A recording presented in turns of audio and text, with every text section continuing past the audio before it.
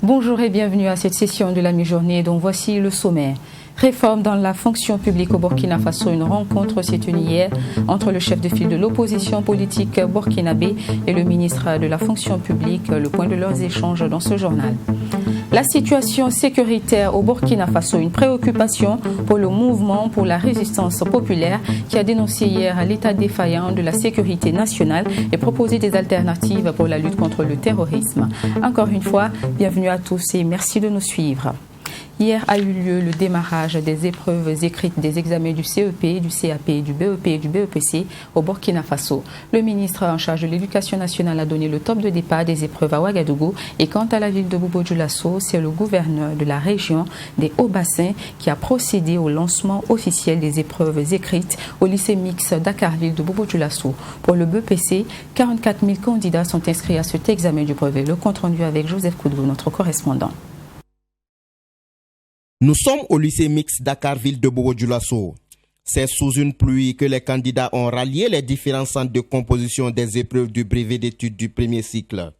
Après les appels, le gouverneur de la région des Hauts-Bassins fait son entrée dans les différentes salles de composition pour encourager et prodiguer des conseils aux candidats.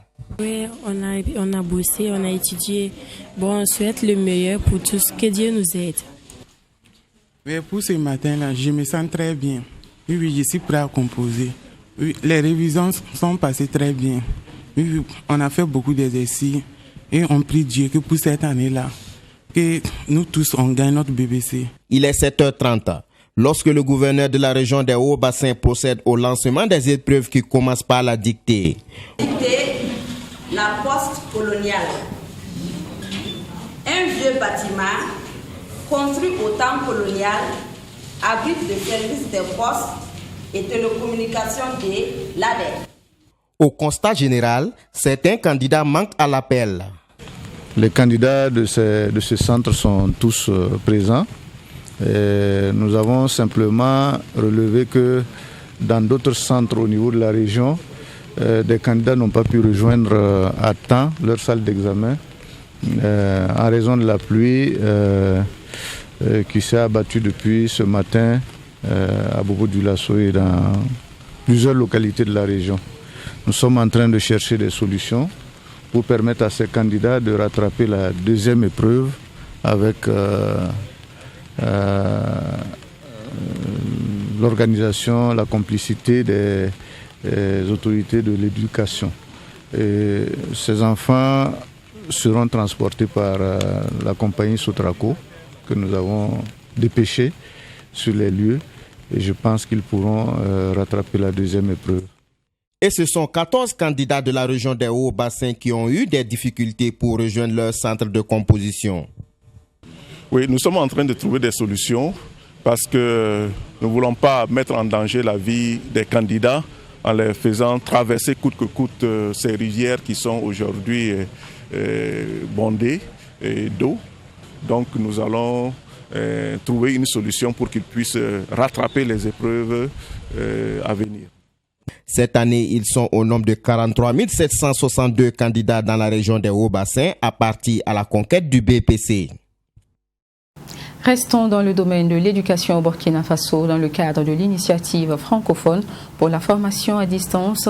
Plus de 400 enseignants du primaire bénéficieront d'une formation en ligne de 6 mois pour renforcer leurs capacités dans l'optique d'offrir un enseignement de qualité. Une formation lancée officiellement ce lundi par le ministre burkinabé en charge de l'éducation nationale. Le point avec Mamitriana Kamabou. Les technologies de l'information et de la communication TIC au service du ministère en charge de l'éducation nationale. 432 enseignants burkinabés du primaire renforcent leurs capacités professionnelles à travers cette formation 100% en ligne. Basée sur l'auto-formation, la formule responsabilise l'enseignant et lui permet de se former tout en restant à son poste. Nous sommes à la recherche d'initiatives et cette initiative devrait nous permettre de pouvoir donc accélérer la formation continue et renforcer les capacités des enseignants afin que cela agisse sur la qualité.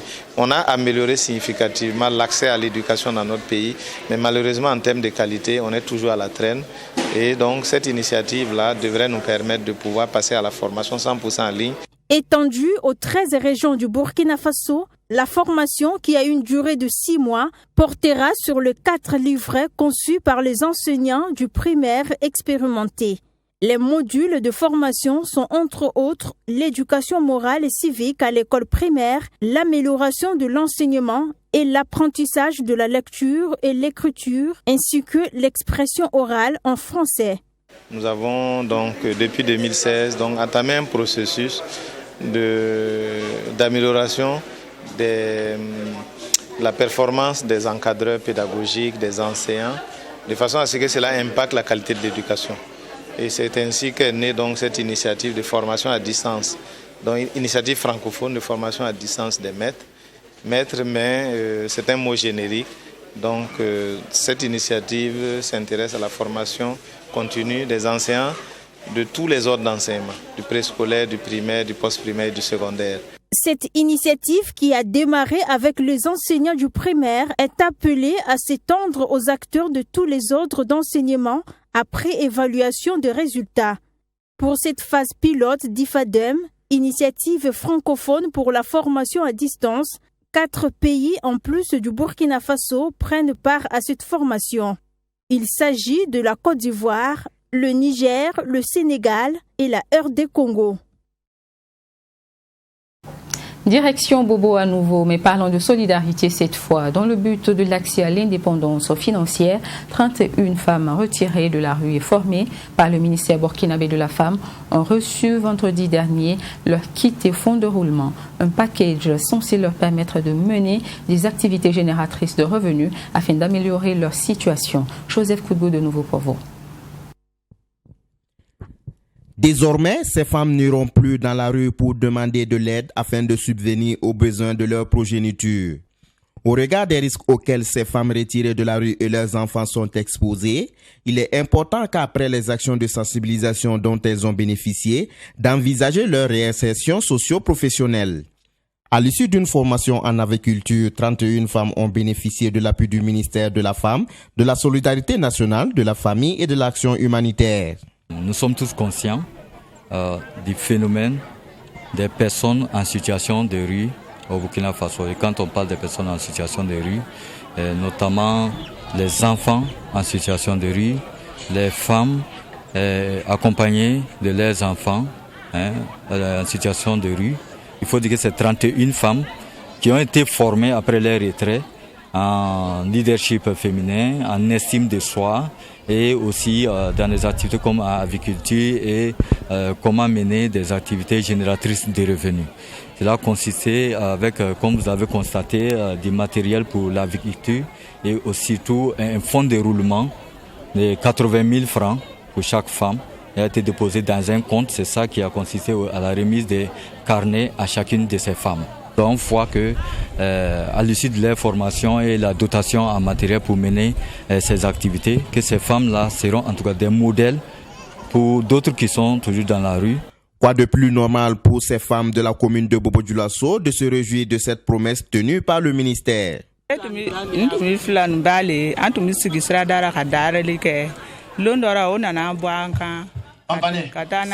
Je suis mère de jumeaux. Et avant, j'étais en situation de rue. J'ai été recueillie par le ministère de la Femme et placée dans un centre où j'ai bénéficié d'une formation. On nous avait promis un fonds de roulement. Aujourd'hui, cette promesse est devenue une réalité. Et nous disons merci pour ce geste.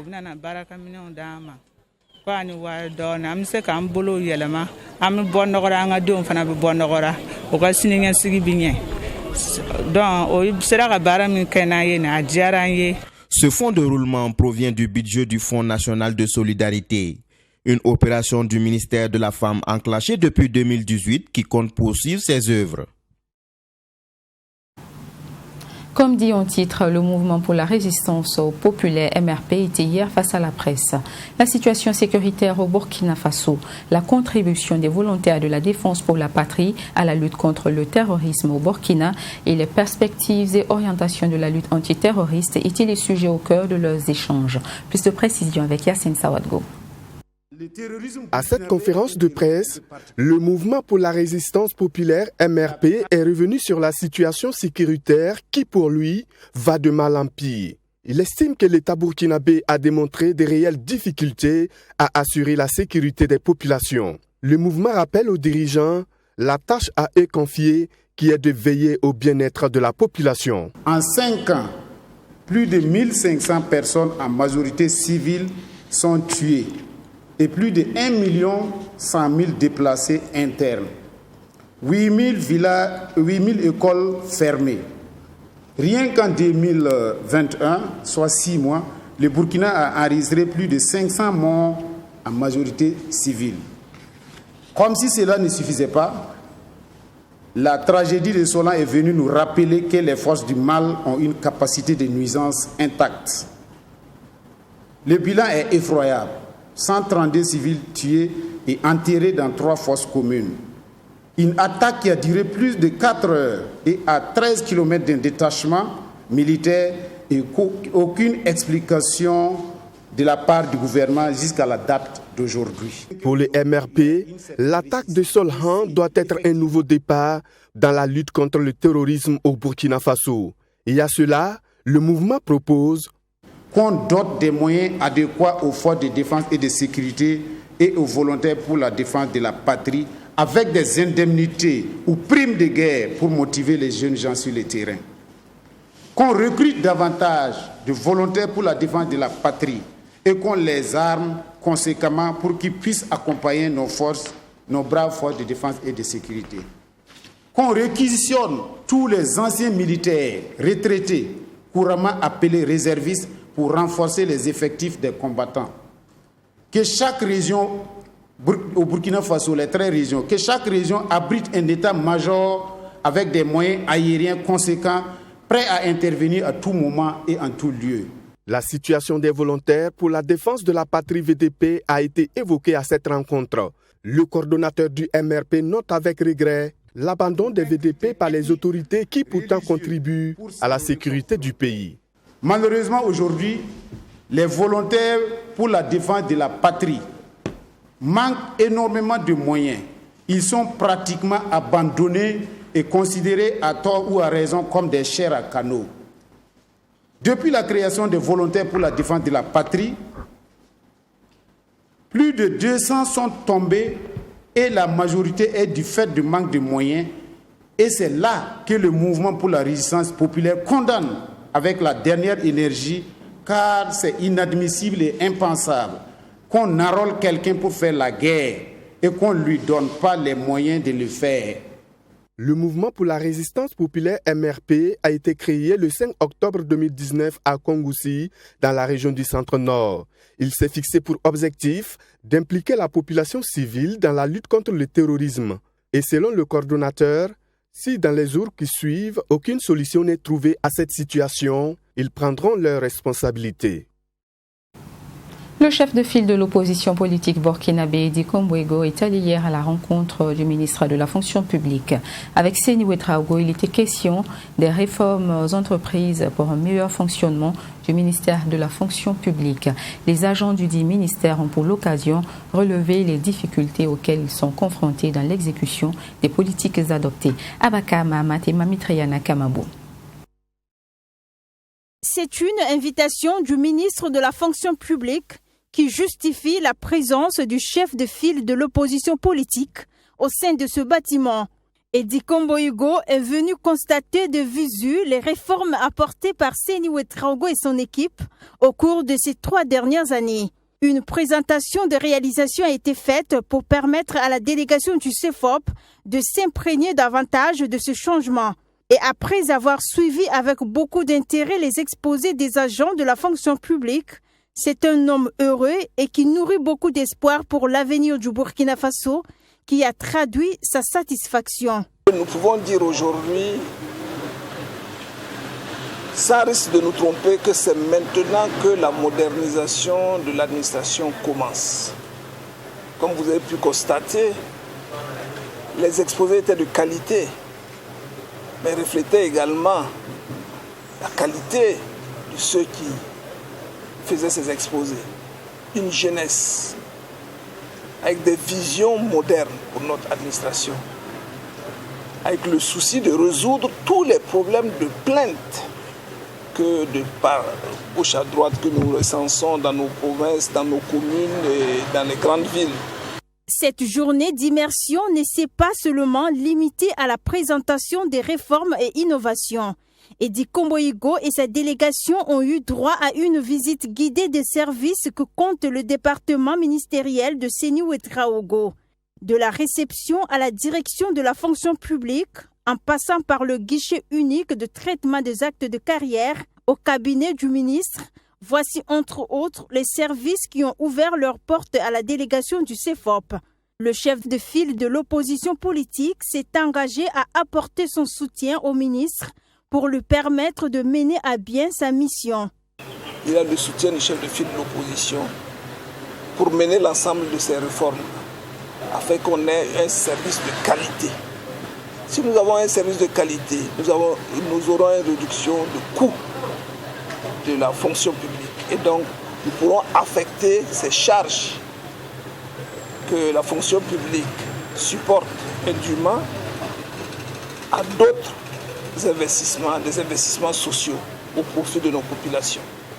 La délégation du CEFOP n'a pas seulement apprécié le travail de l'équipe de Séni-Ouedraogo, elle a aussi fait des suggestions. Ce que nous avons demandé au ministre de la fonction publique, c'est d'avoir une oreille attentive vis-à-vis des syndicats. Des réformes créent des grincements, mais il faut se donner le temps d'expliquer et expliquer encore. Vous savez qu'il avait déjà engagé des réformes, la mise à plat des salaires, mais il a eu encore l'intelligence de retirer pour davantage expliquer. Ce n'est pas une course de vitesse, mais une course de fond. L'essentiel, c'est que tous les acteurs trouvent solution apaisée, dans un climat apaisé, une solution définitive dans l'intérêt supérieur de notre nation. Des propositions qui ne sont pas tombées dans l'oreille d'un sourd. C'est une œuvre de tout le monde. C'est notre pays à tous. On n'aura pas plusieurs pays.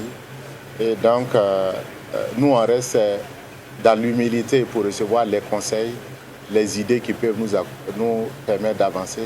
Il y a encore beaucoup de travail, mais je pense que si on reste dans cette dynamique, ou si on se met ensemble, on est capable de trouver les solutions, notre pays pourra avancer.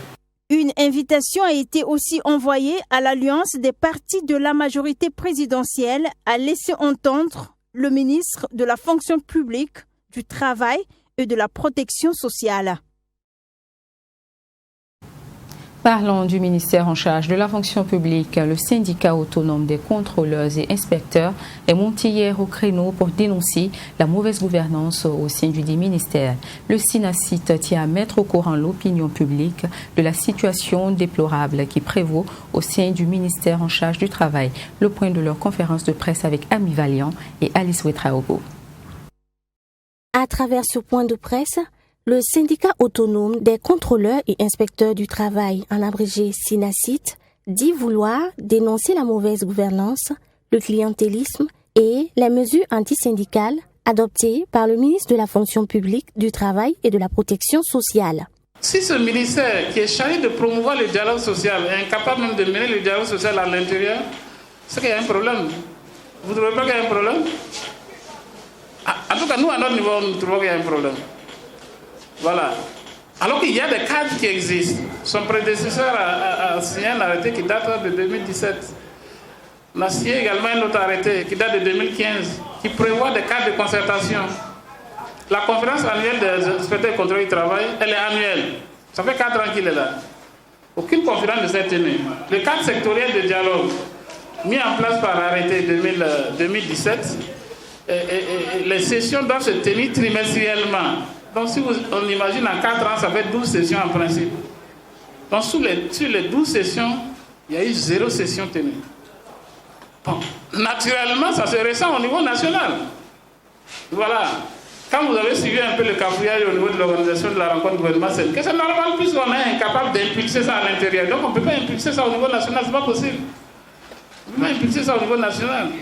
Et les gens s'étonnent que, bon, au niveau du climat social, il y a un problème. Bon, naturellement, si on ne met pas les instruments, on ne met pas en œuvre les instruments qui sont chargés donc, de prévenir, d'apaiser le climat social, il ne faut pas être étonné que ça puisse se dégrader. À en croire Yacouba Bologo et ses camarades, le ministre Seni Ouedraogo, depuis son arrivée à la tête du ministère en charge de la fonction publique, s'est résolument engagé dans un déni du dialogue social et à un mépris des partenaires sociaux. Ce déni du dialogue social au sein du ministère chargé de promouvoir le dialogue social se ressent au niveau national par le cafouillage dans la tenue de la rencontre gouvernement syndicale, organisation syndicale des travailleurs. La dernière session de cette rencontre gouvernement syndical est celle de 2016. Donc ça démontre suffisamment cette préoccupation au niveau du dialogue social. Sur le plan de la gouvernance administrative, nous assistons à une gestion chaotique jamais vue dans l'histoire de l'administration du travail, entachant ainsi la cohésion et le rendement des directions. Cette situation, conséquence du déni du dialogue social et du style de gouvernance solitaire, ainsi que le refus de tout esprit critique, a mis aujourd'hui l'administration du travail dans une certaine léthargie.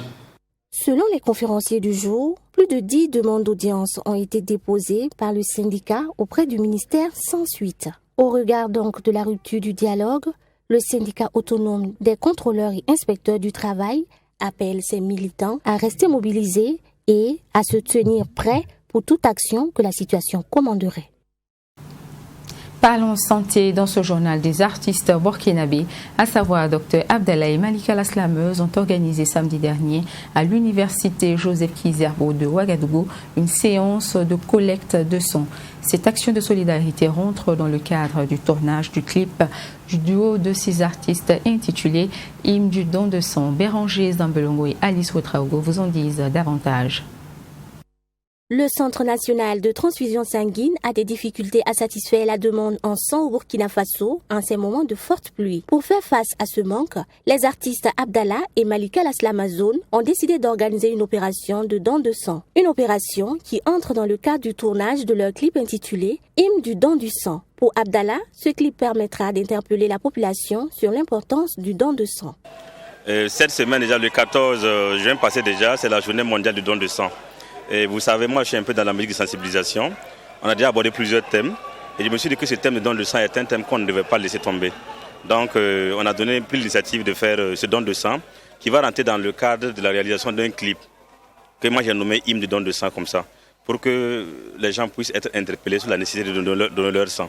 Donc voici un peu l'initiative. C'est faire un clip et associer le clip à un don de sang. Il ne faut pas seulement dire aux gens de venir donner leur sang, il faut qu'on puisse poser les actes même, que les gens puissent donner leur sang. Donc voici ce qui nous a motivé à venir aujourd'hui pour ça. Un don de sang organisé en collaboration avec la police nationale et les étudiants. Pour la police nationale, c'est un geste qui permettra de sauver des vies. Faire le don de sang, c'est un acte noble pour tout citoyen burkinabé. Nous savons tous qu'actuellement, pas mal de gens sont dans le besoin.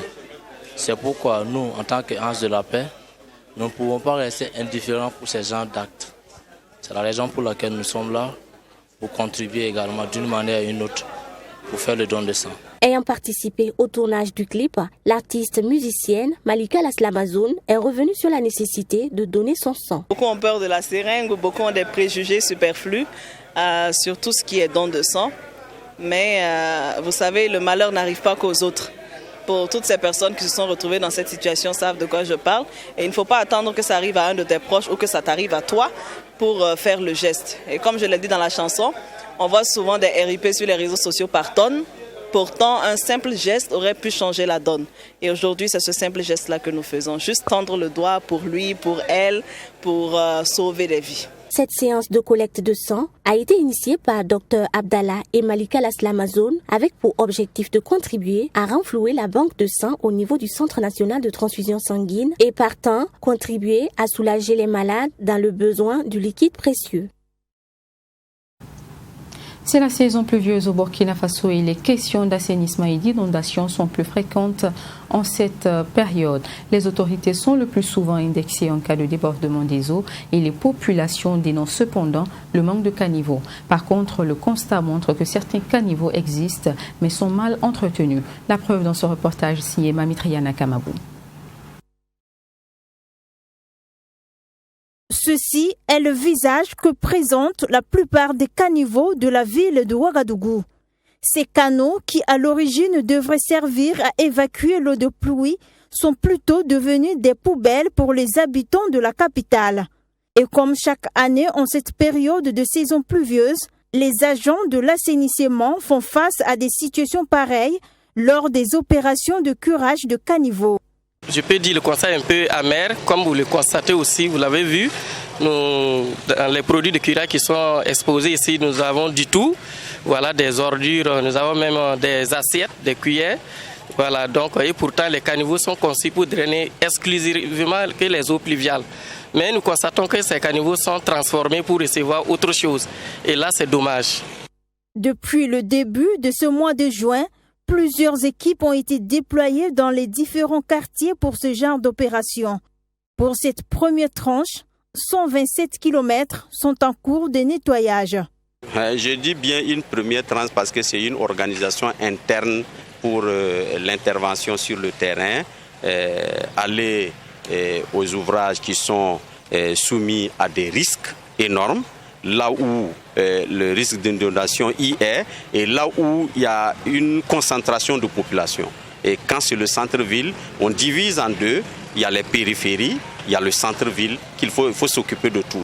En plus du curage de caniveaux, une opération d'élimination de décharges incontrôlée a été initiée par la direction de la salubrité publique et de l'hygiène de Ouagadougou. Objectif, améliorer l'environnement et le cadre de vie des populations. À ce jour, il y a une quinzaine de décharges incontrôlées de la ville de Ouagadougou qui ont été éliminées. Voilà, comme vous le constatez ce matin, nous sommes au niveau de la Lin, pas loin des rails. Vous voyez tout le long là, c'est la population qui a constitué ces dépotoirs là. Bon, mais comme ça participe à l'instabilité de la ville, à des problèmes environnementaux et sanitaires, voilà, nous sommes obligés, la mairie est obligée d'intervenir pour éliminer. Bien que des opérations soient menées un peu partout dans la capitale burkinabé, le problème d'insalubrité perdure. Le directeur de la salubrité publique et de l'hygiène de Ouagadougou déplore l'incivisme de certains. Notre difficulté est qu'on passe le temps à faire du surplace. Je m'explique. Il y a pas mal de dépotoirs qu'on élimine qui se reconstituent. Et donc, c'est ça notre véritable difficulté. Et ça, c'est dû à quoi? Si vous prenez la ville de Ouagadougou, il y a une frange de la population qui refuse de s'adhérer aux règles de gestion des déchets. Avec une population de plus de 3 millions d'habitants pour Ouagadougou, il est donc difficile pour les autorités communales de lutter contre l'insalubrité sans l'accompagnement de ce dernier. La question est de savoir qu'est-ce que la population doit faire pour accompagner les autorités. Gérer de façon responsable et de façon patriote ces déchets. Si je suis en circulation, je n'accepte plus jeter un sachet en circulation. Je n'accepte plus jeter un lotus dans le lieu public. Chez moi, je dois être abonné à un GIE, avoir des poubelles appropriées et faire enlever mes déchets dans les meilleures conditions, dans les conditions réglementaires et participer à nettoyer ma rue. Les autorités communales ont interpellé le Ouagavillois à avoir un comportement responsable. Elles ont aussi souligné que l'entretien de la ville de Ouagadougou relève aussi bien de la responsabilité de la population que de celle des autorités communales. Et du sport pour terminer, samedi dernier, le terrain Oumarou Kanazoué de Yako abritait le lancement de la 2e édition de la Coupe de l'Unité et de la Cohésion sociale. Permettre aux populations de se rencontrer et de laisser naître des liens de fraternité était l'objectif visé par les organisateurs. Le match de levée de rideau a opposé Passoré FC à l'équipe des anciens internationaux, compte rendu à Samy Touré. C'est parti pour la 2e édition de la Coupe de l'Unité et de la Cohésion sociale. Initiée par le duo Bruno Compaoré et l'ancien international Madi Panam Tigri, cette compétition qui regroupe plus d'une dizaine d'équipes vise à promouvoir le sport et à prôner le vivre ensemble dans la commune. En levée de rideau, les anciens internationaux ont battu Passoré FC par le score de 2-0. Il est évident que vous avez constaté que cette 2e édition, à partir de son lancement, était émaillée de difficultés. Mais on peut rendre grâce à Dieu parce que ça s'est très bien passé. En dehors des dieux de la technique qui n'étaient pas avec nous, nous voyons que tout s'est bien passé. C'est vraiment le fruit d'une amitié, le fruit d'un attachement de l'homme à l'homme, qui est à travers mon ami et frère Madi Panam Tigri. Nous avons estimé, quelles que soient les difficultés, il fallait qu'on lance cette 2e édition. Donc c'est pour vous dire l'attachement à la jeunesse, l'attachement à bien faire, l'attachement à faire la cohésion et l'unité autour des jeunes. Nous pensons aujourd'hui qu'il est fondamental que les jeunes s'unissent. Après la première édition réussie, il était de bon ton pour les promoteurs de poursuivre cette œuvre qui, selon le ministre de l'Agriculture, contribue à la réconciliation nationale. Pour lui, cette activité doit être pérennisée. Cette coupe-là est la bienvenue parce que c'est la coupe de l'unité et de la cohésion sociale. Parce que dans une zone, dans une province, on a besoin de ça. Parce que ça constitue le terreau pour préparer la réconciliation nationale. Et je voudrais dire que cette coupe aussi nous a permis de pouvoir voir les anciens internationaux de l'équipe des étalons. Et ça, vraiment, c'est avec plaisir que nous avons suivi ce marche-là. Même son de cloche pour le coparrain. Il apprécie en outre cette complicité qui fait honneur à la région du Nord. Donc nous ne pouvons pas être insensibles à des initiatives de cette nature qui ne visent pas la satisfaction d'un intérêt personnel ou d'un intérêt spécifique, mais qui visent à apporter une contribution pour une œuvre collective qui concerne l'ensemble de la région. Et je crois qu'au-delà de la région, c'est les jeunes, la région du Nord, du Passoré en particulier, qui sont les principaux bénéficiaires de cette initiative. Pendant un mois donc, le terrain Oumarou Kanazoué sera animé de matchs à élimination directe en attendant les 2 meilleures équipes pour la finale. Voilà terminé cette édition. Rendez-vous demain 13h. Bon après-midi sur la télévision interactive du Burkina.